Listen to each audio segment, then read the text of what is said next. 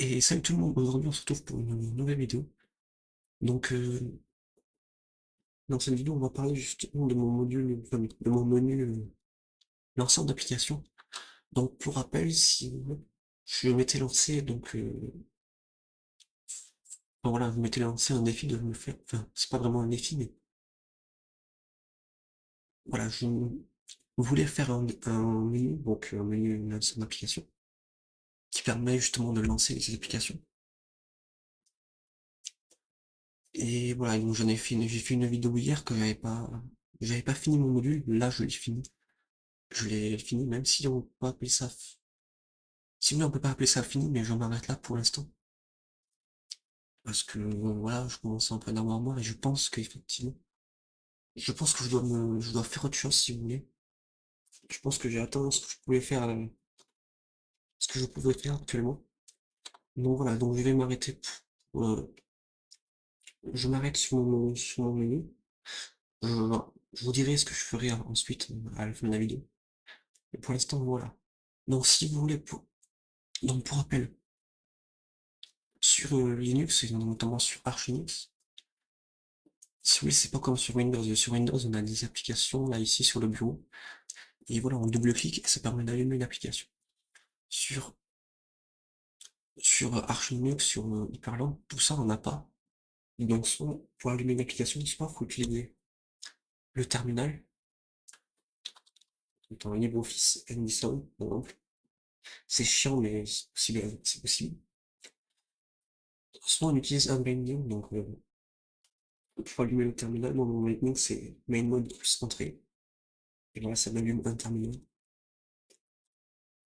Et je peux entrer autant que je veux, je peux m'allumer autant que je veux, mais voilà. Mais voilà, et donc du coup, il y a une troisième possibilité, c'est d'avoir justement en menu un lanceur d'applications, donc comme celui-ci. Donc il y en a qui sont déjà préfaits comme Rofi, tout ça, Rofi et tout ça. Donc ça, même si c'est déjà préfet, ça reste quand même libre. Donc Rofi, tu peux quand même bien le personnaliser, mais moi j'avais envie de partir de zéro et de complètement recréer un menu lanceur d'application, donc un menu. Et pour ça j'ai utilisé Pixel, donc Pixel c'est un programme qui permet en fait de coder, de coder ce genre de widget que vous avez là, par exemple. Vous avez ces modules-là, dans l'écran qui sont codés avec Quickshell. Et voilà, Quickshell permet notamment de faire des menus comme ça, et comme ça, comme celui-là. Et si vous voulez, Quickshell, c'est du code, donc c'est exactement comme si vous codez une application. C'est exactement les mêmes procédés, les mêmes codes. Sauf que voilà, c'est fait pour du coup Hyperland et cette utilisation précise. Donc, voilà, je vais vous montrer mon menu. Donc, qu'est-ce que je voulais moi sur mon menu? Je voulais qu'il soit très minimaliste, c'est-à-dire qu'on a une barre de recherche et ensuite les listes d'applications. Voilà, si par exemple je cherche LibreOffice, voilà, ça me donne tous les LibreOffice. Si je cherche par exemple OBS, et voilà, c'est pareil avec toutes les applications. Donc ça marche si vous voulez. Et par exemple, si par exemple je sélectionne voilà, LibreOffice, c'est que j'appuie sur Entrée, LibreOffice salut. Donc voilà, c'est tout simple, il n'y a rien de compliqué en vrai. Il n'y a rien de compliqué, et si vous voulez ça, c'est vachement utile parce que ça te permet d'éviter de mettre en mining pour chaque application, ou sinon d'aller allumer une application avec un terminal. Là, ça te permet simplement avec un raccourci clavier, donc main mode espace, moins. Tu choisis l'application, donc LibreOffice, et là, bam, ça t'allume l'application. Donc voilà, moi c'est tout ce que j'avais dit. Après, ouais, on peut encore que l'améliorer. Et là, j'en parlerai après. Mais sinon, voilà.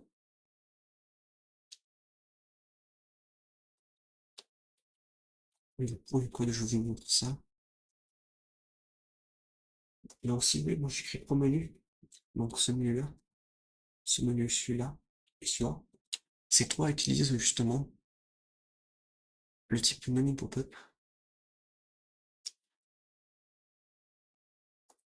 Donc, je vais attendre 2 minutes. Donc, voilà, tout ça. Donc, j'ai déjà créé, si vous voulez, j'avais déjà créé trois menus. Donc, ce menu-là, le Power Menu, le menu qui permet de changer les fournitures. Et du coup, le tout dernier, donc celui-là, le menu sans application. Donc, ces trois menus utilisent, de base, si tu veux, panel window. Donc voilà, on sait vraiment, si vous voulez, le container, donc la pop-up de base, si vous voulez, que j'ai recréé avec panel window. Donc déjà, moi, ce que j'ai fait, j'ai créé une property, donc Woodscope. Si tu veux, cette propriété qui va référencer celui-là, donc, donc vraiment la racine, si vous voulez, de notre shell. Et là, vous avez justement mes menus, donc Power Menu, Woodscope root, donc on y référence root, donc celui-là. Donc vraiment la racine. Là, on a le wallpaper menu, le launcher menu. Là, on a pris les shortcuts, donc les raccourcis clavier, qui permettent justement d'allumer et d'éteindre le menu. Donc voilà, donc ça, si vous voulez, donc on va utiliser justement menu pop-up, donc ce script-là. Donc par défaut, on a visible false, on va pas l'afficher par défaut. Couleur transparent, donc ça c'est pour le Windows en fait. Ça on a ce panel Windows et au-dessus on va mettre un rectangle dessus avec le menu, donc le background, la couleur du background. Ensuite il y aura un item, donc on va mettre quand même une marge entre l'item et justement entre l'item et le reste du contenu. Donc voilà, donc. Et ensuite voilà, on a notre script launcher. Donc moi, j'écris du coup une propriété, donc une propriété donc en lettres, si vous voulez, vide, qui est par défaut vide.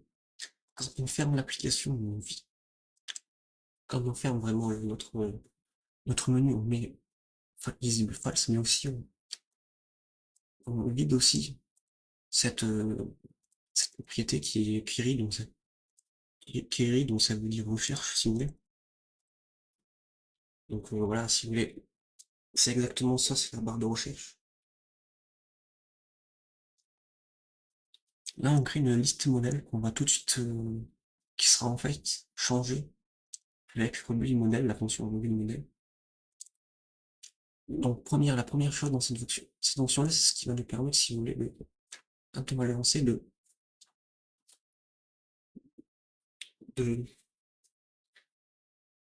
comment dire, de créer justement notre liste d'applications et de trier en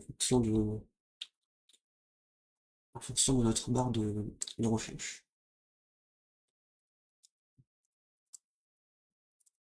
Donc la première chose à faire, c'est quand on oublie le modèle, c'est de clear, donc c'est vraiment d'effacer d'effacer la liste. Constante Q, donc ça vient de Q de query. Donc on récupère en fait le query, donc ce qu'on marque justement dans ce qu'on marque vraiment dans notre menu. Et on le met justement en minuscule. Ensuite on récupère du coup nos apps, donc desktop entry application value, qui nous renvoie, si vous voulez, une sorte de liste d'applications.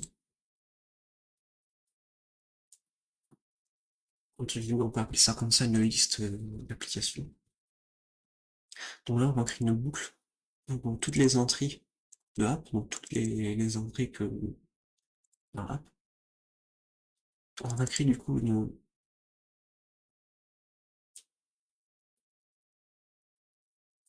comment on peut dire ça? Hey, donc une constante hey, je pense que ça s'appelle comme ça. Je sais pas ce que ça veut dire tellement hey, mais voilà. Si vous voulez, j'ai un peu, ce module-là, c'est un peu un prototype.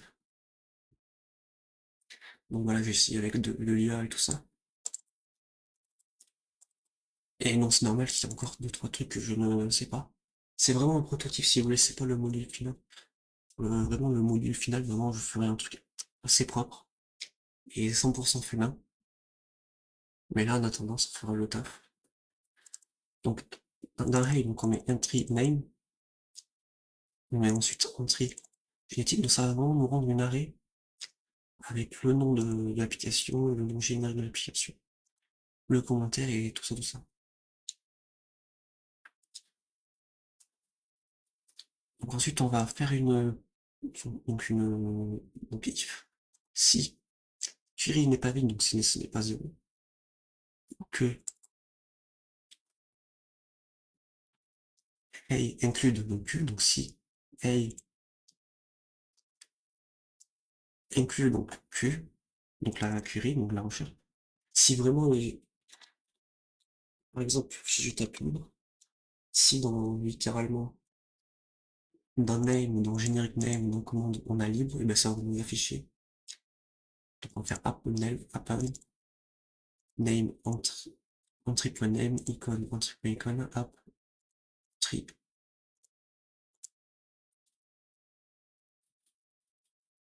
Donc voilà. Résultat pour internet, donc si le nombre est plus grand que zéro, on met zéro, sinon zéro. Sinon, ouais, si le nombre est zéro, sinon le nombre est zéro. Donc voilà, donc en gros c'est si on a par exemple, je cherche LibreOffice. Si on a vraiment,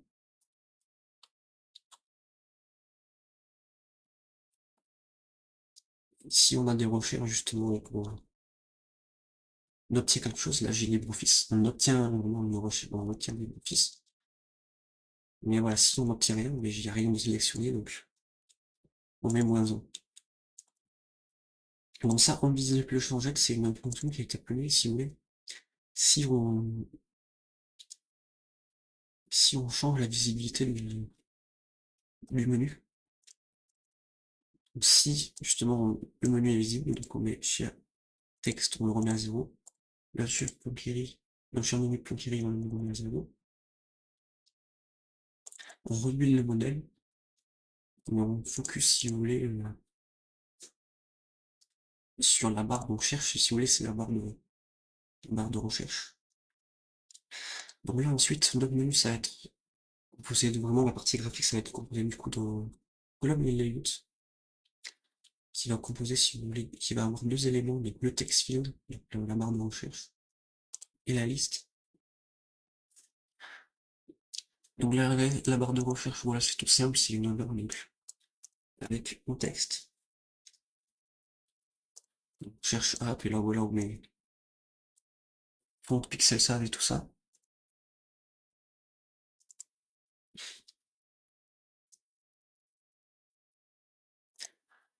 Ensuite, donc là, on a un texte changé. Donc quand le texte change, mais on query, donc la recherche, enfin l'update, on met la recherche. Résulte que random index, on met 0. Et launcher model, enfin on rebuild du coup le modèle, notre liste en fait. Ensuite, on a un background, donc ce background là, on met un rectangle. Radius 15, donc si vous voulez, le radius, c'est l'arrondi des bords. La couleur, voilà, l'épaisseur, voilà, la couleur de la bordure, voilà. Là, on a des, des, si vous voulez, ces deux trucs, c'est des trucs qui nous permettent ces deux fonctions nous permettent, si vous voulez, de changer d'éléments sélectionnés. Donc, avec la flèche du haut, on monte, avec la flèche du bas, on descend, tout ça. Et ça se fait avec ça, donc, result.currentIndex, result qui est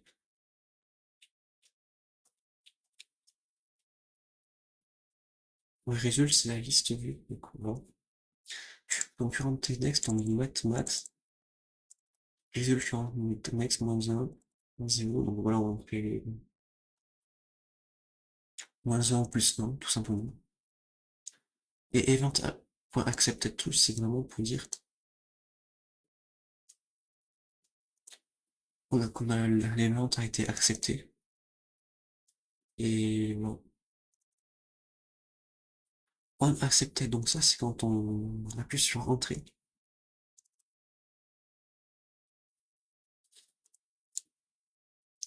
Donc voilà, on résulte current item. Donc si on a un item sélectionné, eh bien, on met launch. On fait la fonction launch qui est ici.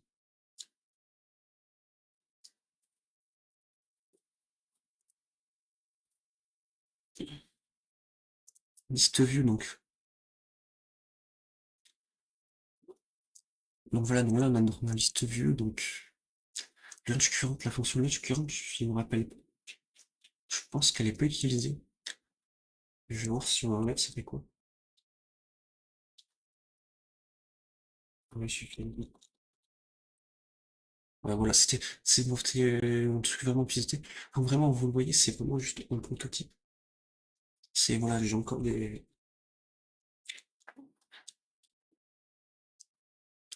Voilà, si vous voulez, c'est pas parfait, il y a encore des problèmes.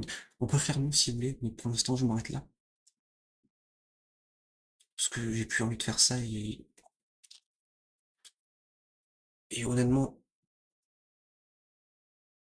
ça c'est très bien, ça fera le taf en attendant que je fasse un truc bien propre. Voilà. Donc delegate item, donc ça c'est chaque item. Donc pour chaque élément de la liste, on va créer justement un item. Donc avec la propriété index name icon app. Donc c'est ces trois propriétés index name icon app, elles sont ici. Donc c'est ici qu'on les référence. Donc voilà, index qui est, je pense, est référencé directement avec liste vue. Voilà. Donc property bool selected, donc ça c'est si liste view current index est égal à index. Donc si l'élément, si vous voulez, si l'élément actuel est, si l'élément sélectionné, alors on met selected. Donc on a la fonction launch qui permet vraiment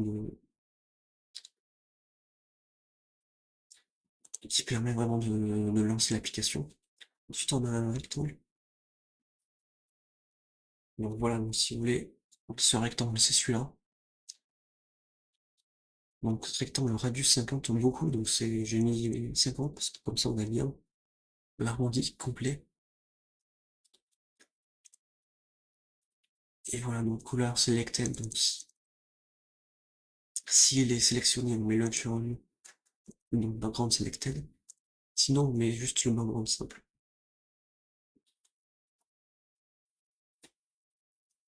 Donc ensuite on a un row layout donc, qui va stocker deux éléments, donc image et le texte. L'image on récupère du coup l'icône. Et le texte, mais on récupère du coup le nom, le name de ici. Ensuite, on a un dernier truc, un mousse aérien. Donc, si on clique dessus, mais on lance du coup l'application. Donc, on vient entrer. Là, je clique. Et là, ça lance. Tout simplement.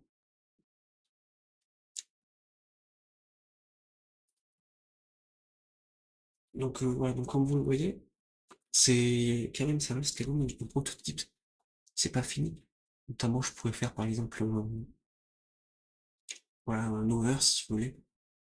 Quand par exemple, ouais, quand par exemple, je la souris dessus, mais ça met vraiment de la même manière que si l'élément était. Enfin voilà, ça met vraiment. Ça change la couleur si vous voulez par là. Comme par exemple sur ce menu-là, quand je la souris dessus. Voilà, on voit que je la souris dessus.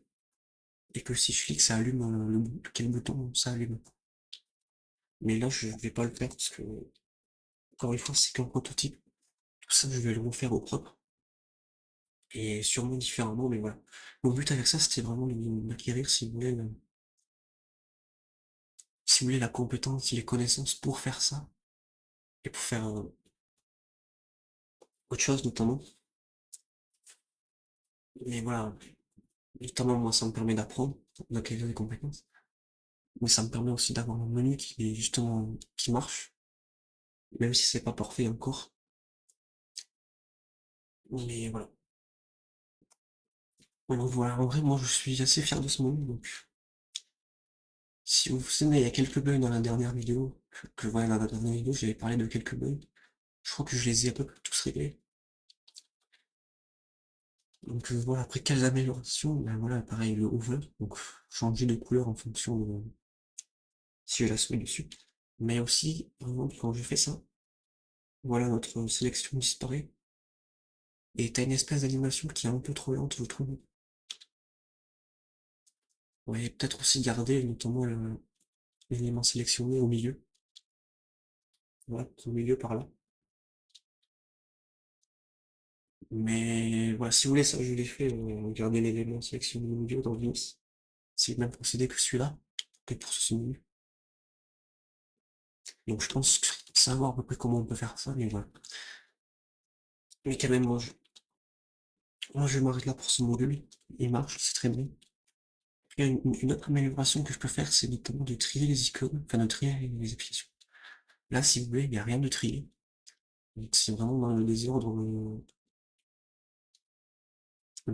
que voilà, le PC nous donne, mais on peut les trier. On peut les trier par le nom et j'aimerais, si c'est possible, les trier par la fréquence d'utilisation. Donc Rofi a ça, si vous voulez. Par exemple, moi, une application que j'allumais souvent avec Rofi, c'était OBS. Et ben OBS était sur Rofi, était en premier. Donc j'avais même pas à taper OBS. J'avais juste à allumer mon menu et cliquer sur Entrée et ça allumait OBS. Donc bon. Donc voilà, moi c'est tout pour ce menu-là. Qu'est-ce que je vais faire du coup pour les prochaines vidéos? Pour les prochaines vidéos, on va parler de... Je vais montrer ça de Matugène. Donc Matugène, ça me permet de faire ça. Donc normalement, ça devrait être bon.